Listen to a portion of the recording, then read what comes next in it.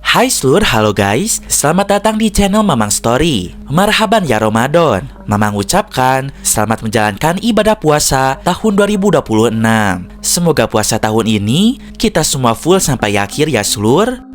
Oh iya, untuk sekedar informasi, buat kedepannya Mamang akan rutin kembali upload di channel utama. So buat kalian, jangan lupa di subscribe ya seluruh.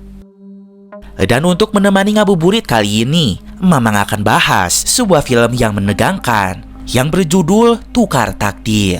Film ini akan menceritakan tentang sebuah kecelakaan pesawat, dan kita akan melihat bagaimana korban dari kecelakaan itu bangkit dari rasa traumanya. So, seperti apakah kisah selengkapnya? Langsung aja kita masuk ke dalam videonya. Hayu, meluncur!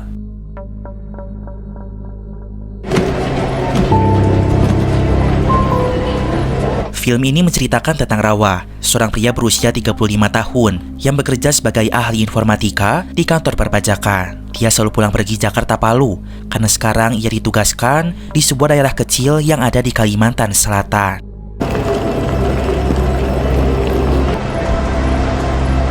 Sore itu dia ada di Bandara Mutiara Sis Al Jufri yang ada di Palu dan hendak terbang ke Bandara Soekarno-Hatta yang ada di Banten dekat dengan Jakarta.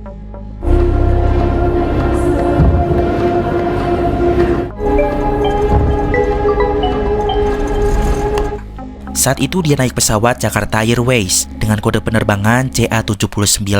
Penerbangan tersebut akan dipimpin oleh seorang pilot bernama Kapten Dirga.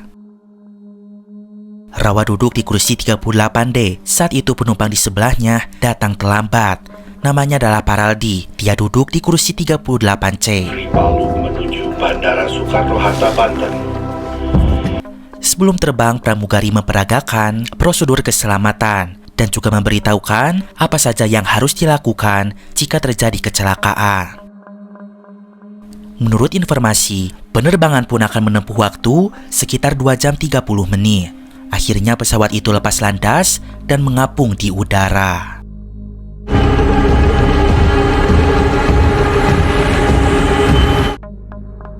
Rawa sempat ketiduran di awal penerbangan.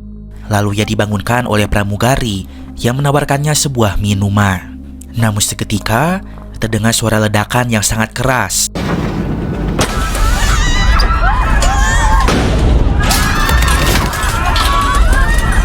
Di saat itu juga terjadi turbulensi yang sangat besar, membuat pramugari terlempar ke arah depan.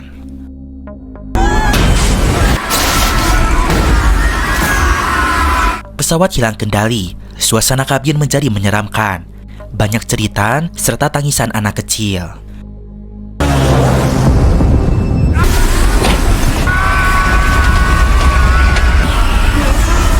Banyak pula barang berterbangan menghantam para penumpang. Terlihat pesawat terjun dengan bebas ke arah bawah.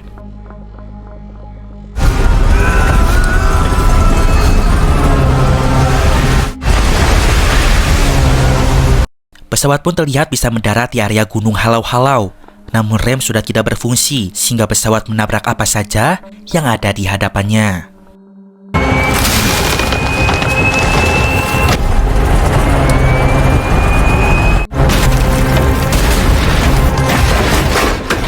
Semua kursi penumpang seketika terdorong ke arah depan, membuat kaki mereka semua menjadi patah. Sebelum ke videonya, Mamang mau kasih informasi dulu. Sebenarnya, selain bikin konten, Mamang juga jualan nih seluruh.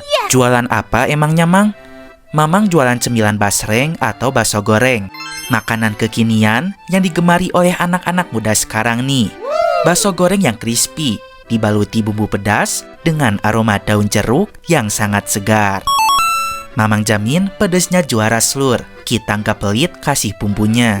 Cocok banget buat kalian yang suka pedas. Pasti bikin lagi. Yuk, di order sekarang. Mamang taruh link toko Shopee-nya di kolom deskripsi ya. Hatur nuhun.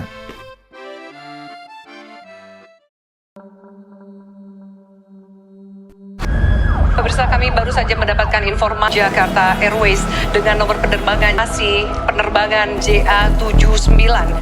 Tidak lama setelah kejadian tragis itu, Informasi langsung menyebar luas tentang hilangnya kontak pesawat Jakarta Airways yang ditumpangi oleh Rawa. Dan lembaga KNKT akan segera melakukan konferensi pers di hadapan awak media untuk membahas tentang kejadian tersebut. Telah hilang kontak Jakarta Airways dengan nomor penerbangan JA79. KNKT adalah sebuah lembaga di Indonesia yang bertugas melaksanakan investigasi berbagai kecelakaan transportasi, baik di sektor darat, udara, laut, ataupun kereta api. KNKT berfokus kepada analisis penyebab kecelakaan untuk memberikan rekomendasi guna meningkatkan keselamatan. Lembaga itu menjelaskan, jika pesawat Jakarta Airways sempat melakukan kontak kepada staf lalu lintas pesawat pada 35 menit setelah lepas landas. Lalu pesawat itu benar-benar hilang kontak pada pukul 19:13 menit. Dan mereka menyatakan jika saat itu pesawat jatuh di Gunung Halau-Halau, Kalimantan Selatan. Para keluarga korban mulai berdatangan ke bandara guys untuk mengetahui lebih lanjut tentang kondisi korban kecelakaan. Salah satunya adalah Tita, yang merupakan istri dari Paraldi, penumpang yang duduk di samping Rawa. Sejak tadi ia berkeliling bandara, namun belum mendapatkan informasi yang jelas tentang kondisi suaminya. Mas, Mbak, gimana caranya saya dapat informasi lebih lanjut? Ibu Raldi, silakan kembali ruang tunggu. Kami akan memberikan informasi. Dita, nama saya Dita. Maaf, saya permisi dulu, Bu. Silakan. Lalu saat itu, Tita bertemu dengan keluarga korban lainnya. Namanya adalah Pak Muhsin. Nasibnya sama tragis dengan Dita. Di dalam pesawat Jakarta Airways itu, ada istri, 3 anak, serta 1 cucunya. Mereka sudah lama menabung untuk liburan. Awalnya Pak Muhsin akan ikut, tetapi 1 hari sebelum keberangkatan, ia mendadak sakit. Tensinya sangat tinggi, jadi dia tidak ikut pergi. Istri saya dengan 3 anak saya. Istri dari anak saya yang paling tua. Juga, maaf, sudah berapa lama menikah? Cucu saya yang masih bayi. Sudah lama menabung, mau liburan keluarga. Dan ia pun tidak menyangka, ternyata musibah besar akan terjadi. Dan sekarang ia kehilangan semua keluarganya. Tensi tinggi sekali, nggak jadi ikut. Pihak maskapai kemudian datang untuk menemui para keluarga korban. Mereka mengabarkan jika saat ini pesawat sedang dievakuasi. Para keluarga korban pun sudah mengetahui lewat video TikTok jika ada warga yang menemukan puing-puing pesawat di dekat Gunung Halau-Halau. Dan menurut video TikTok itu, di dalam pesawatnya masih ada orang yang selamat. Mereka bertanya kepada pihak maskapai, ada berapa orang yang selamat? Tetapi pihak maskapai tak memberikan informasi karena mereka belum melakukan evakuasi lebih lanjut dan mereka minta keluarga korban untuk bersabar.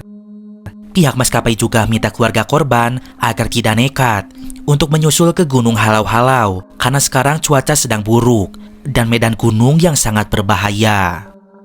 Tim Basarnas pun dikerahkan ke Gunung Halau-Halau untuk mengevakuasi pesawat Jakarta Airways. Namun saat itu evakuasi tak dapat dilakukan karena cuaca yang sangat ekstrim. Kembali ke base. Gak mungkin ini, kita harus... Hingga di keesokan harinya, pada pukul jam 5 sore, cuaca sudah cukup membaik. Evakuasi segera dilakukan.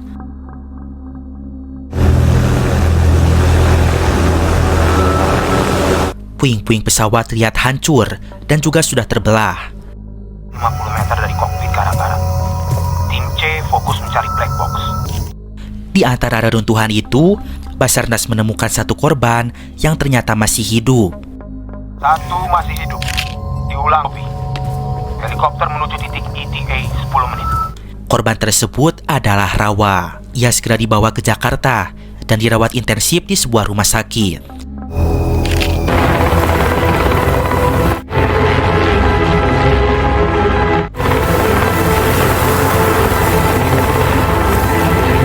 Ibunya, yaitu Ibu Sinta, dipanggil dan diberi kabar bahwa Rawa selamat dalam kondisi koma.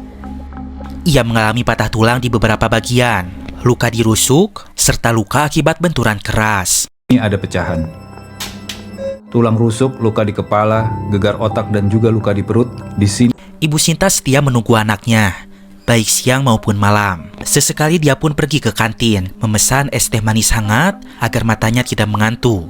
Saat itu Ibu Sinta dihampiri oleh sosok laki-laki bernama Bambang. Kemudian dia memberikan kartu nama yang bertuliskan Pak Adam, yaitu adalah bosnya. Dan rupanya Pak Adam adalah pemilik maskapai Jakarta Airways dan dia ingin bertemu dengan Ibu Sinta. Akhirnya ibu pun bertemu dengan Pak Adam. Ternyata dia ingin mengucapkan bela sungkawa atas apa yang terjadi kepada Rawa. Semua biaya rumah sakit akan ditanggung oleh maskapai. Selain itu, Pak Adam memberi uang kompensasi atas tragedi yang dialami oleh Rawa sebesar 2 miliar rupiah. Kalau semua anak ibu dan ibu bisa tenang beristirahat, apapun yang bisa saya bantu, apapun yang ibu butuhkan, saya bisa kembali pulih dengan pelayanan yang terbaik. Kemudian, perawat memberitahu ibu, jika Rawa sudah sadar, nanti akan ada tim dari KNKT yang datang ke rumah sakit untuk melakukan wawancara kepada Mas Rawa, karena mumpung ingatannya masih segar. Ketika ibu pulang ke rumah, saat itu Dita, istrinya Paraldi, diam-diam masuk ke ruangan Rawa.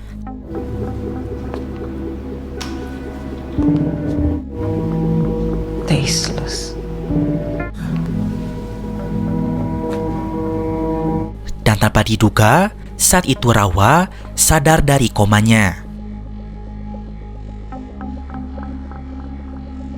Dita segera menyuapinya air karena ia tahu Rawa kehausan.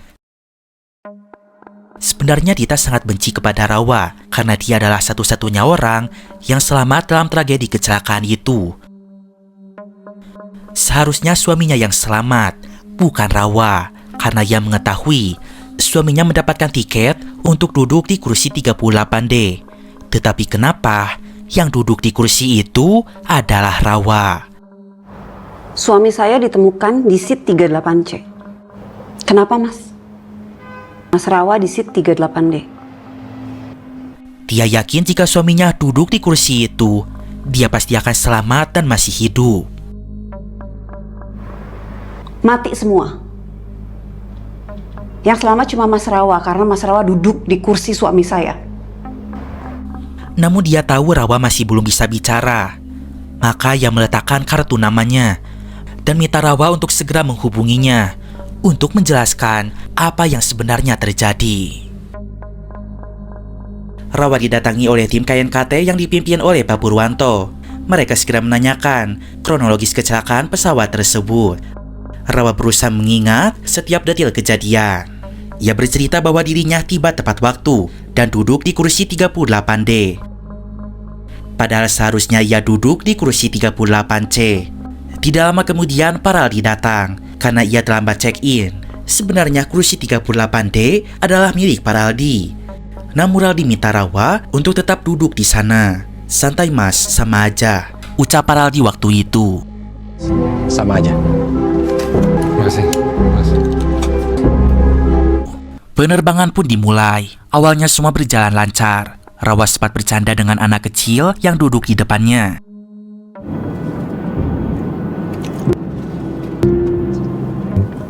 Bolak-balik.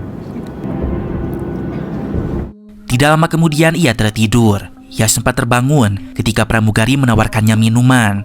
Namun tidak lama, tiba-tiba terdengar suara ledakan yang sangat keras, membuat pesawat bergetar hebat. Bapak mau minum apa? Orange juice aja. Baik. Seperti ada ledakan. Sejak saat itu pesawat kehilangan kendali. Pesawat menukik tajam ke arah bawah. Tapi saya tidak pernah merasakan turbulens sekencang itu. Menurut Rawa, rasanya seperti kalah lomba tarik tambang. Tubuhnya terus terdorong ke arah depan akibat gaya gravitasi. Kalau tarik tambang kita kalah, kita tertarik ke arah lawan, kencang sekali sampai hilang kesadaran. Hingga akhirnya pesawat mendarat darurat dan terseret di gunung halau-halau. Setelah itu Rawa tidak sadarkan diri. Saat terbangun hari sudah malam. Ia melihat beberapa orang masih hidup. Ia mendengar suara teriakan, tangisan, ada yang berdoa, dan juga ada yang berteriak takbir. Allahu Akbar, Allahu Akbar. Ada suara tangisan bayi. Ada yang berdoa, ada yang berteriak Allahu Akbar, Allahu Akbar.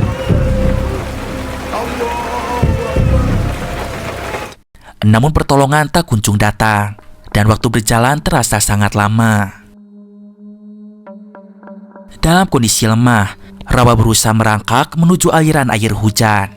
Air itulah yang membuatnya tetap bertahan dan tidak mengalami dehidrasi. Hingga akhirnya tim Basarnas datang mengevakuasi para korban. Rawa juga melihat Paraldi telah meninggal dunia karena luka yang cukup serius. Ia sempat berhalusinasi seolah Paraldi bangun dan mengatakan, "Santai mas, sama aja." Udah mas, santai. Sama aja. Namun kenyataannya tidak sama. Kursi tempat duduk ternyata bisa menentukan keselamatan seseorang. Wawancara kemudian dihentikan karena psikolog khawatir Rawa masih mengalami trauma. Informasi yang didapatkan oleh KNKT dirasa sudah cukup untuk sementara. Mereka akan menyelidiki lebih lanjut penyebab suara ledakan yang membuat pesawat kehilangan kendali. Jadi, apa yang terjadi? Kenapa saya selamat? Kami masih dalam proses investigasi. Alhamdulillah, Mas Rawa. Akhirnya Rawa diperbolehkan untuk pulang dari rumah sakit karena kondisinya yang mulai pulih. Dan ia pun akan rawat jalan di rumah, sehingga untuk sementara waktu ia akan tinggal di rumah ibunya. Saat itu Rawa minta maaf karena telah merepotkan ibunya. Jika ada hikmah dari kejadian ini, ibu mengatakan yaitu Rawa dapat tinggal di rumahnya lagi karena sudah lama Rawa tidak pulang ke rumah ibu. Sesampainya di rumah, Rawa diberitahukan bahwa seluruh barang pribadinya yang rusak telah diganti oleh pihak maskapai dengan merek dan tipe yang sama persis. Nomor HP-nya pun tetap dipertahankan. Selain itu, pihak maskapai memberikan uang kompensasi sebesar 2 miliar rupiah sebagai bentuk ganti rugi karena Rawa belum bisa kembali bekerja. 2 miliar. Ganti rugi habis bikin Rawa nyaris mati. Namun Rawa tidak merasa senang. Nyawanya tidak sebanding dengan uang 2 miliar. Ia merasa kompensasi itu seperti uang tutup mulut. Ia menduga pihak maskapai ingin dirinya menyampaikan kepada publik bahwa kecelakaan tersebut bukan kesalahan maskapai, melainkan mungkin karena kelalaian pilot atau faktor cuaca. Padahal menurut Rawa, ada kemungkinan pesawat tersebut memang sudah tidak layak terbang. Berita tentang kecelakaan itu terus bermunculan. Seorang pengamat penerbangan mempertanyakan suatu hal. Mengapa Kapten Dirga yang memiliki jam terbang tinggi tidak berhasil membawa pesawat itu mendarati titik darurat terdekat? Spekulasi pun semakin liar. Banyak orang awam ikut berkomentar tanpa dasar yang jelas. Seorang konten kreator bahkan menyebutkan kemungkinan kecelakaan itu adalah tindakan sengaja dari sang pilot untuk bunuh ramai-ramai. Tuh Pak, di mana pilot melakukan aksi bunuh diri ramai-ramai. Sementara kreator lain berspekulasi bahwa jika memang ada teroris di dalam pesawat itu, dan orang tersebut pasti duduk di bagian belakang agar dia tetap aman.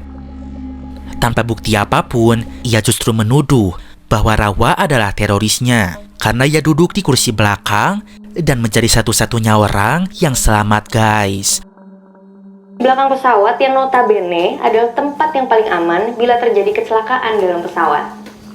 Kalau ini bom teroris, pasti si teroris tersebut tahu betul bagaimana supaya dirinya punya kemungkinan yang paling besar untuk selamat.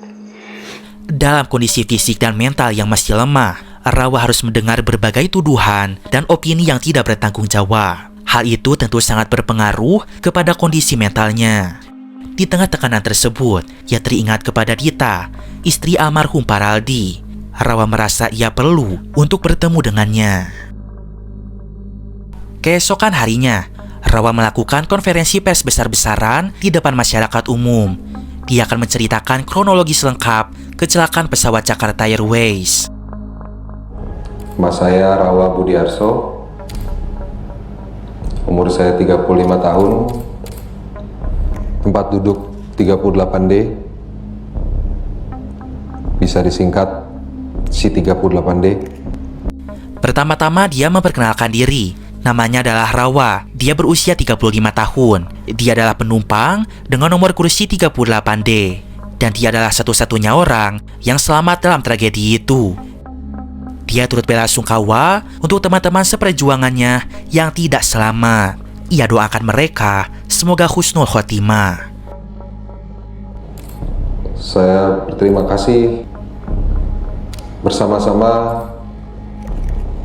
kita doakan para korban husnul khotimah, teman-teman seperjuangan saya.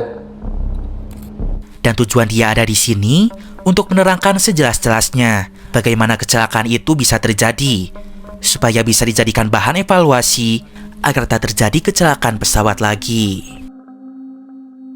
Dalam kesempatan itu, hadir pula perwakilan KNKT, yaitu Pak Hermawanto, yang membantu Rawa untuk menjelaskan data resmi hasil investigasi sementara. Ia menyampaikan bahwa pesawat hilang kontak pada pukul 19.13 dan baru ditemukan di keesokan harinya. Dari total 127 penumpang, 126 dinyatakan meninggal dan hanya 1 orang yang selamat. Tapi di titik ini, pesawat JA79 terus keluar dari rute yang sudah ditentukan. 127 penumpang dan 626 dari seran awak pesawat dinyatakan meninggal. Setelah pemaparan selesai, sesi tanya jawab pun kemudian dimulai. Saat itu seorang jurnalis bertanya, apakah kecelakaan tersebut disebabkan oleh kelalaian pilot? Ini ada hubungannya dengan kelalaian pilot dan faktor penyebab utamanya itu adalah pilot error. Pihak KNKT menjawab bahwa berdasarkan data awal, Kapten Dirga diduga telah berusaha semaksimal mungkin untuk mengendalikan pesawat sehingga tidak ada indikasi awal bahwa kejadian tersebut adalah kesalahan pilot. Kemudian berikutnya, pertanyaan ini menyinggung dugaan aksi terorisme. KNKT menegaskan bahwa hingga saat ini tidak ditemukan tanda-tanda adanya ledakan bom atau unsur terorisme di dalam pesawat. Dan terakhir, seorang wartawan bertanya, mengapa Rawa duduk di kursi 38D, padahal seharusnya ia berada di kursi 38C, sesuai dengan tiket yang ia beli. Dalam manifest yang dikeluarkan oleh pihak maskapai, Pak, bernama Raldi Putra Suwarso, duduk di 38D. Apa ada kesalahan? Di lampiran tertulis Mas Rawa duduk di 38C, sedangkan penumpang lain. Rawa menjawab dengan tenang bahwa itu hanyalah kesalahan duduk biasa dan kebetulan kursi tersebut tidak dipermasalahkan oleh pemilik aslinya. Setelah konferensi pers itu, Rawa tanpa sengaja bertemu dengan Ibu Damianti dan juga Zahra, istri serta anaknya Kapten Dirga. Pertemuan itu pun penuh kecanggungan. Namun Ibu Damianti dengan tenang mengundang Rawa dan juga ibunya untuk datang ke rumah dan berbincang lebih lanjut. Ibu dan Mas Rawa, berkenan saya undang ke rumah. Di kesempatan lain, Rawa juga bertemu dengan Badita, istri almarhum Pak Raldi. Dengan wajah penuh rasa bersalah, Rawa meminta maaf karena telah bertukar tempat duduk dengan suaminya. Maaf, saya bertukar tempat duduk sama dia. Harusnya saya di 38C. Ia menjelaskan bahwa saat itu ia kurang fokus karena sedang menerima telepon dari rekan kerjanya. Dita bertanya, kenapa tidak bertukar lagi dengan suami saya? Rawa menjawab, padahal dibilang tidak usah, katanya sama aja. Kenapa kamu nggak balik ke tempat duduk kamu yang benar? Tapi waktu dia datang, kasih lihat boarding pass, baru saya sadar. Nggak apa-apa katanya, sama aja. Dita menggeleng, justru itu berbeda. Kalau sama saja, mungkin suaminya masih hidup seperti Rawa. Jelas nggak sama aja. Ma aja Raldi juga akan ada di sini, bukan cuma kamu. Mendadak Rawa teringat dengan kondisi Pak Raldi yang sangat mengenaskan. Dalam ingatannya selalu terngiang-ngiang. Santai aja mas, sama aja.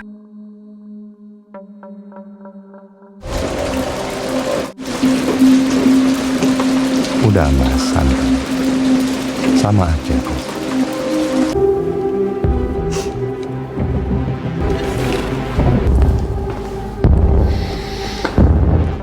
Keesokan harinya, Rawa dan ibunya memenuhi undangan Ibu Damayanti.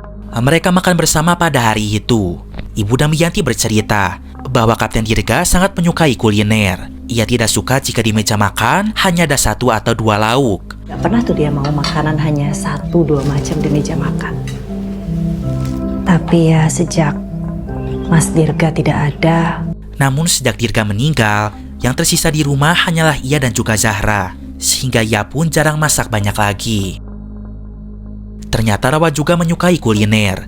Pekerjaannya yang sering berkeliling Indonesia untuk instalasi aplikasi perpajakan membuatnya terbiasa mencicipi berbagai makanan daerah.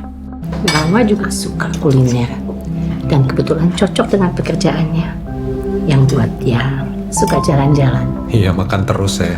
Dia yang instalasi sistem-sistem terbaru di seluruh Indonesia, Bu. Zahra sendiri ternyata sedang kuliah di jurusan teknik informatika. Zahra dan Rawa pun berbincang soal dunia IT. Bahkan mereka sempat berencana untuk belajar bersama suatu waktu.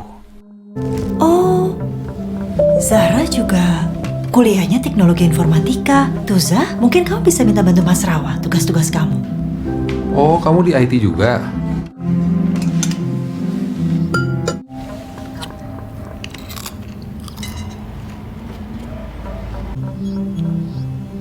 Kamu sempat jumpa dia?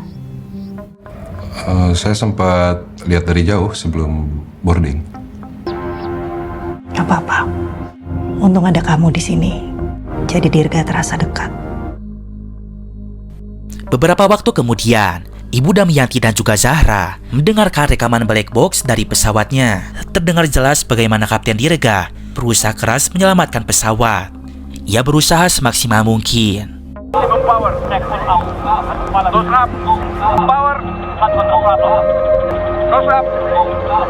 Mendengar suara suaminya berjuang membuat Ibu Damayanti semakin terpukul. Bahkan ia sempat tidak mau makan ataupun mandi. Zahra pun harus turun tangan merawat ibunya yang masih belum bisa menerima kenyataan. Di sisi lain, Zahra sendiri juga menyimpan duka yang teramat dalam yang merindukan sosok ayahnya. Setiap malam ia sering berbaring di samping seragam pilot milik ayahnya, seolah ingin tetap merasakan kehadirannya. Di sisi lain, Dita kemudian menghubungi teman lamanya yang merupakan seorang pengacara. Dia minta bantuan untuk menuntut pihak maskapai. Saat itu Dita menjelaskan secara terang-terangan jika setiap korban yang meninggal dunia diberi uang kompensasi sebesar 1,25 miliar rupiah. Tetapi menurutnya itu tidaklah cukup. Iya, gue mau harga yang lebih pantas buat gue dan Pak Muksin. Ia merasa yakin jika kecelakaan itu ada unsur kelalaian dari pihak maskapainya dan merasa uang 1,25 miliar itu tidak sebanding dengan nyawa suaminya. Dita pun memiliki kenalan dari kepolisian, namanya adalah Kukuh. Dari Kukuh yang mendapatkan kabar bahwa pemilik maskapai Jakarta Airways namanya adalah Pak Adam. Saat kecelakaan pesawat itu terjadi, dia sedang menghadiri sebuah pesta, yaitu pesta Narkoboy. Namun setelah mengetahui insiden itu, yang dia lakukan adalah malah melanjutkan pestanya sampai beres, bahkan sampai waktu subuh, dan dia tidak segera untuk mengurus kecelakaan pesawatnya. Bahkan keesokan harinya, dia masih santai untuk main bola golf. Dan ketika sore harinya, dia baru menjenguk Rawa, satu-satunya korban yang masih hidup. Ia rasa jika Adam gerak cepat untuk menangani kasus kecelakaan itu dan segera mengerahkan bantuan, ia yakin yang selamat tidak hanya Rawa saja, tetapi suaminya juga bisa selamat. Ia sangat geram, sekarang suaminya telah meninggal, dan ia rasa suaminya tidak berhak diberi kompensasi 1,25 miliar. Dia ingin nominal yang lebih besar. Dia masih hidup ketika pesawat udah jatuh. Tapi bantuan datang lambat sekali. Kemudian suatu hari, Dita mengajak Rawa untuk menemui Pak Muhsin, seorang korban yang kehilangan 5 anggota keluarganya dalam kecelakaan itu.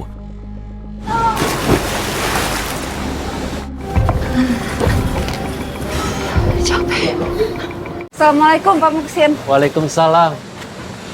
Silakan masuk. Pak Muhsin menerima total kompensasi sebesar 7,5 miliar rupiah. Namun sikap Pak Muhsin berbeda. Ia berkata bahwa uang sebanyak itu tidak berarti dibandingkan keluarganya.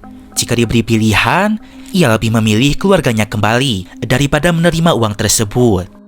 Dan ia pun merasa cukup dengan uang yang diberikan kepadanya. Dita tetap berusaha meyakinkannya. Menurut dirinya, jika memang ada kelalaian dari pihak maskapai, maka harus ada konsekuensi yang mereka terima agar menjadi efek jera dan mencegah tragedi serupa di masa depan. Jika tidak ada yang berani bersuara, kasus ini bisa ditutup begitu saja. Kalau enggak dengan Bapak dan keluarga yang lain, saya nggak punya kasus. Seenggaknya kalau dengan Bapak, masih ada uang 75M yang harus dituntut. Pak Adam jadi bisa merasakan sedikit aja dukanya. Saya bisa bantu, Pak. Saya mau 75 miliar buat apa? Bapak bisa buka usaha, Bapak bisa...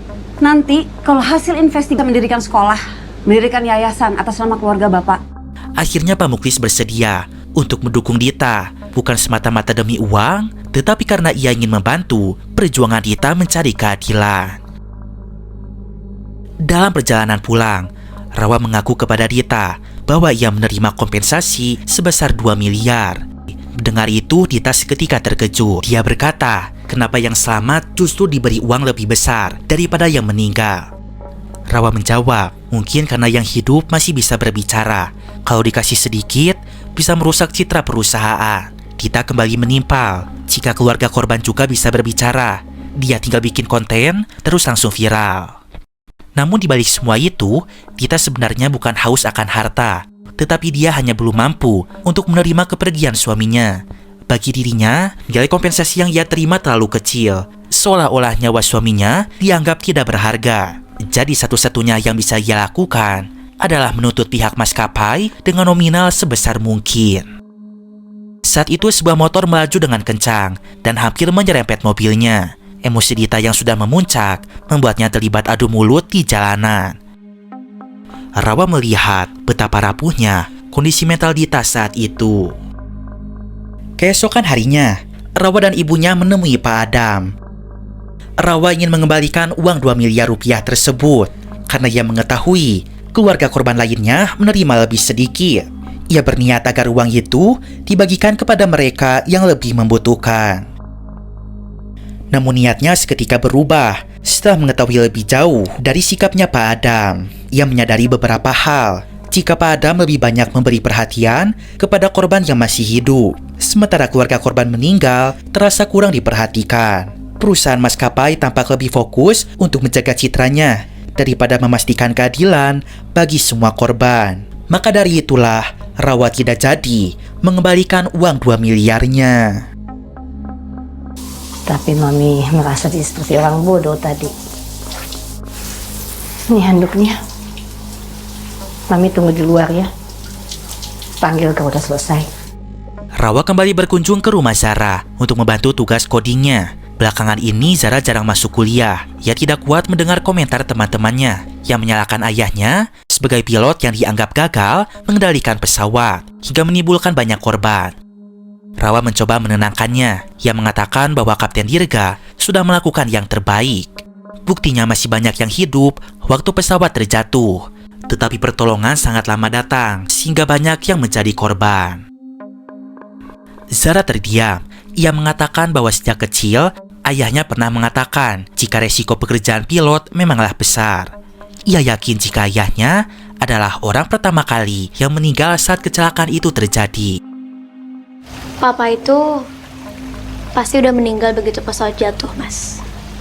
Rawa kemudian minta maaf karena yang selamat adalah dirinya, bukan ayah Zahra. Zahra menatap Rawa. Memangnya yang hidup itu lebih enak. Ia justru merasa bersyukur jika ayahnya tidak selamat. Bayangkan jika ayah masih hidup, bisa jadi dia depresi. Dengan segitu banyak orang meninggal, ayah harus bertanggung jawab.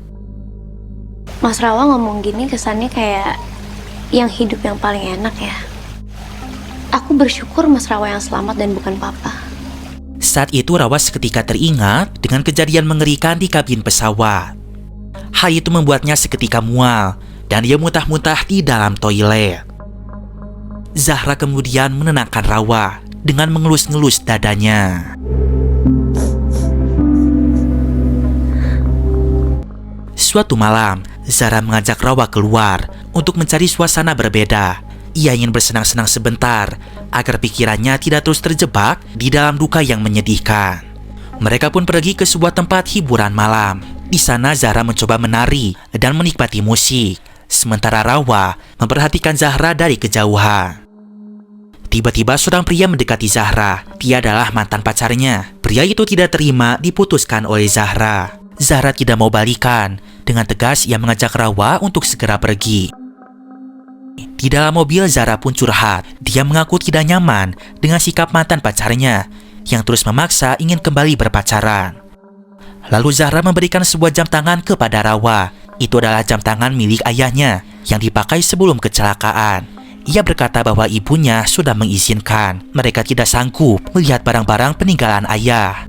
Lalu Zahra memakaikan jam itu ke tangan Rawa, dan ia pun mencium tangannya. Dalam suasana yang campur aduk, tiba-tiba saja Zahra mencium Rawa. Saat itu dia seperti marah kepada ayahnya. Ia belum sempat membuktikan jika dirinya adalah anak perempuan yang sudah tidak kecil lagi. Maka dari itu ia ingin membuktikan dengan cara wik-wik dengan Rawa. Namun Rawa tidak bisa melakukan hal itu. Ia tahu jika Zahra tidak benar-benar ingin melakukannya. Ia hanya ingin membuktikan jika dia sudah bukan anak kecil lagi. Tetapi Rawa melarangnya untuk melakukan hal itu. Takutnya Zahra akan menyesal.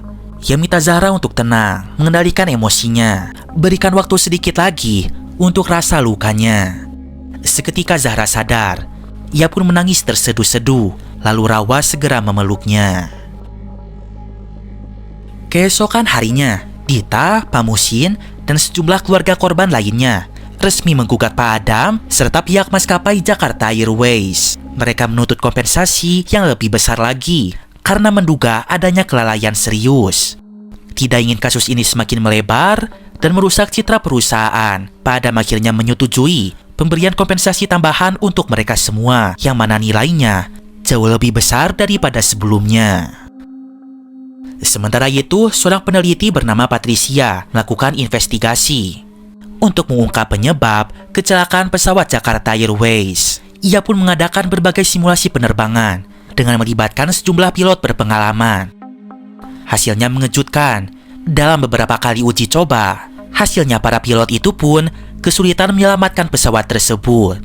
Mengetahui hal itu, Rawa semakin yakin bahwa kecelakaan tersebut bukan disebabkan oleh kesalahan pilot. Rawa jadi teringat dengan suara ledakan yang ia dengar sebelum pesawat kehilangan kendali. Lalu dia pun diundang untuk mengikuti sebuah simulasi untuk mengidentifikasi suara ledakan yang mana yang paling mirip dengan kejadian kecelakaan itu.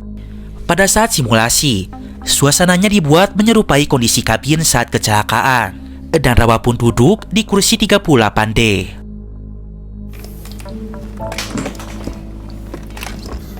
Patricia kemudian memutar 3 jenis suara ledakan yang mana berbeda-beda dan meminta Rawa untuk fokus mengingat suara mana yang ia dengar. Ada satu lagi? We had to make sure. Bukan. Pasti bukan yang ini. Saat suara ledakan kedua diputar berulang-ulang, tubuh Rawa seketika menegang. Ingatannya kembali ke malam kecelakaan itu.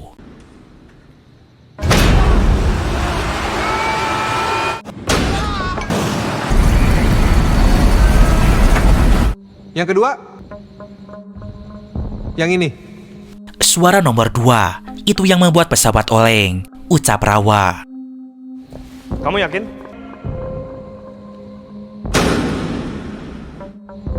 Yakin. Thank you very much. Patricia berterima kasih atas bantuan Rawa.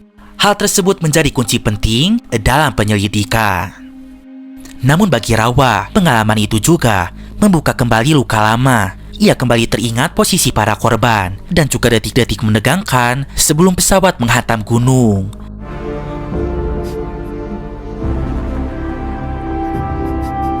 Meski begitu, kali ini ia berusaha berdiri lebih tegak, menghadapi rasa trauma dan bukan menghindarinya.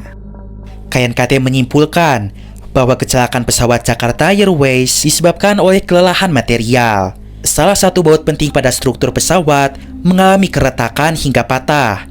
Hal itulah yang membuat ledakan yang sangat besar dan membuat pesawat seketika kehilangan kendali. Investigasi menemukan bahwa maskapai Jakarta Airways telah lalai melakukan perawatan berkala yang seharusnya dilakukan setiap 5 tahun sekali. Pak Adam tidak bisa mengelak, nama Jakarta Airways akhirnya tercemar dan kepercayaan publik terhadap maskapai itu menjadi turun drastis. Menurut kesaksian Bapak orang lain yang masih bertahan hidup dan tidak langsung meninggal dunia ketika pesawat jatuh, awal dan juga hasil otopsi, ada sekiranya 10 penumpang. Tapi sayangnya karena akses yang terbatas, cuma 1 orang yang bisa diselamatkan. Di akhir cerita, Rawa kembali bertemu dengan Zahra, putri Kapten Dirga. Hubungan mereka terasa canggung, tetapi mereka masih berteman. Kita nggak awkward ya, Mas? Lumayan sih sebenarnya. Tapi aku butuh bantuan Mas Rawa. Apa tugas? Ganti komputer. Rawa juga berbicara empat mata dengan Mbak Dita. Ia berniat memberikan uang 2 miliarnya kepada Mbak Dita karena kursi 38D seharusnya milik Pak Raldi yang merasa berhutang nyawa seolah takdir mereka sempat bertukar. Saya sudah dapat lebih dari cukup. Namun Dita menolak. Ia sudah menerima kompensasi tambahan dari pihak maskapai. Kini ia menyadari meskipun suaminya tetap duduk di kursi 38D, jika takdir berkata lain, mungkin akan tetap sama. Ia minta maaf karena pernah meluapkan amarah kepada Rawa. Karena sudah duduk di kursi suami saya. Karena sudah bertukar takdir dengan suami saya. Suami saya meninggal bukan kesalahan kamu. Saya minta maaf. Perlahan Rawa mulai menerima kenyataan yang ia alami. Tubuhnya pun sudah pulih dan kini ia berusaha untuk menyembuhkan rasa traumanya. Sementara itu, Dita yang selama ini tampak kuat akhirnya membiarkan tangisnya pecah. Hal itu adalah tanda bahwa ia benar-benar mulai ikhlas untuk melepaskan kepergian suaminya.